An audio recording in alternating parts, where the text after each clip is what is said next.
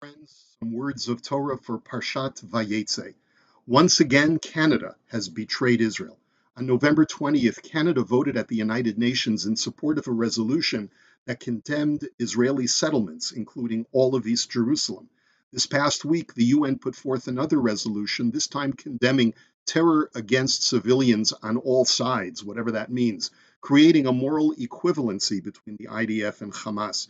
These kinds of resolutions are not only outrageous in tone and content, but the fact that Canada has voted in favor of them shows a distinct shift in Canada's policy of previously standing with Israel and following the United States' lead in voting against these kinds of anti Israel resolutions. Meanwhile, Jews are being targeted by the police for simply standing and wearing a kippah, as happened to a rabbi in Montreal last week who was told by the police to get off the sidewalk in downtown Montreal because his very presence was a provocation.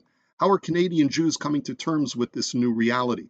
One way is that we are looking toward the future in the hope that once the current Liberal Party regime is out of power, another political regime that is more sympathetic to Israel and the Jews of Canada will be able to undo a lot of the damage. Others are not as optimistic. The argument is that we've lost the demographic battle here in the balance between Israel and its detractors, and no regime change will be able to stem the tide of anti Semitism on our shores. For those who are less hopeful, what solace can we take?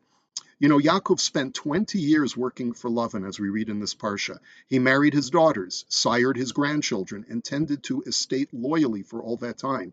Yet once Yaakov was ready to leave and take a humble amount of earned livestock with him, he hears and sees grumbling and resentment. The Torah relates that Yaakov heard his brothers-in-law complaining that Lakach Yaakov et kol asher le'avinu. Yaakov has taken all that belongs to our father. Then, to make matters worse, when he next sees his father-in-law's face, he notes that Vihine einenu imo kitmol shilshom. His face was not the same as it had been in the past. Yaakov could see from the facial expressions of Lavan that he was not happy and that the relationship had soured. Many commentaries see a symbolism in the entire Yaakov-Lavan relationship as a portent for future relationships between Jews in the diaspora and our benevolent hosts. There invariably comes a time when we outstay our welcome. No matter how much we've given, no matter how much we've integrated and improved the country, at some point our host is no longer happy with hosting us in this country any longer.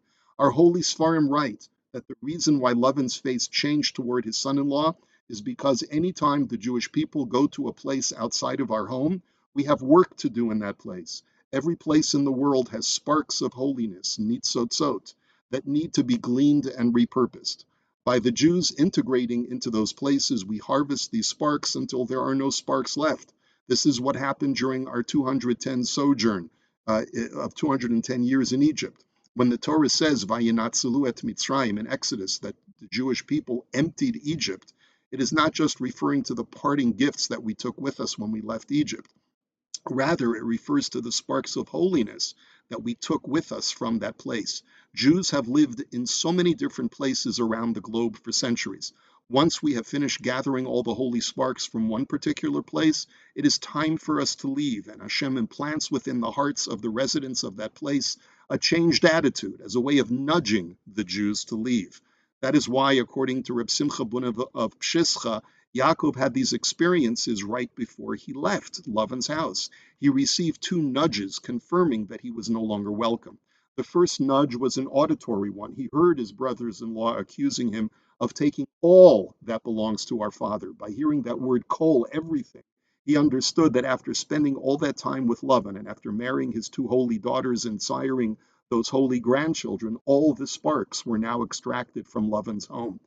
The second nudge was a visual one. He saw his father-in-law's face, and the aura of those holy sparks was completely gone. That was his final confirmation that it was time to leave. I note a fascinating coincidence of verbiage between our parsha and the end of Parshat Shemot, where Paro decreed that the Jews were going to be deprived of the standard straw that they needed in order to manufacture bricks. In our parsha, the Torah states that the face of Lavan was not the same for Yaakov, kitmol shilshom, as it was in the past, the exact same phrase. Parshat Shemot is the very next time where the Torah uses those words, kitmol shilshom. The text that Paro told the taskmasters who were manning the text then says that Paro told the taskmasters who were managing the Jews' slave labor, Lo tosifun latet teven la'am, you will no longer provide the nation with straw, lilbon halevenim, to make their bricks, kitmol shilshom, as was in the past. Not only is the same phrase used there, but the word for manufacturing bricks is lilbon, the exact same word source for lavan. This cannot be purely coincidence. The root lavan, lamed bet nun, is the source for the word brick, and it also means the color white. The process of harvesting the sparks of holiness is a form of construction, taking the building blocks or the bricks of Egypt and extracting them. It is also a whitening process, the process of extracting all that is holy and pure from the darkness of Egypt. Just as Yaakov took the lavan out of Lavan, the Jewish people were being deprived of straw to make and extract the levanim, the bricks of Egypt. Perhaps something subliminal within Paro made him realize that the Jews' work of harvesting holy sparks was coming to an end, and so he instructed that the vegetation of Egyptian soil could no longer be provided by Egypt for the Jews in the hopes of hindering their work and preventing them from leaving.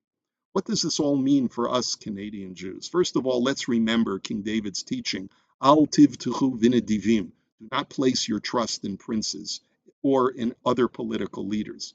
Instead, Ashrei shekel Yaakov be'ezro, fortunate is the one for whom the God of Yaakov, he sees that he comes to his aid. Hashem is running the world, and he will continue to guide geopolitical situations to realize an ultimate plan, not only for the Jewish people, but also for the entire world. Secondly, we shouldn't be ready to throw in the towel. With God's help, better days are ahead, and the Canadian government and our police forces will once again realize that the Jews are Canada's best secret weapon. While these events are swirling around us, we will continue to model good behavior and be model citizens of our beloved Canada. We will stand with dignity on all the sidewalks of all of our cities, maintaining our dignity and upholding the peace. We will continue serving Hashem in our shuls, schools, and public places. At the same time, let's listen carefully to what the Lavan's sons are saying, and let's look carefully into the faces of our political leaders to gauge if and when those faces change. Once the final spark is gleaned from Canada, it will be time to leave. In the meantime, let us look for good times in our Canadian future and work towards the redemption. May we see it, dear friends. Bimhei Rabbi, Amenu, Amen. Here's wishing you Shabbat Shalom. Have a good Shabbos.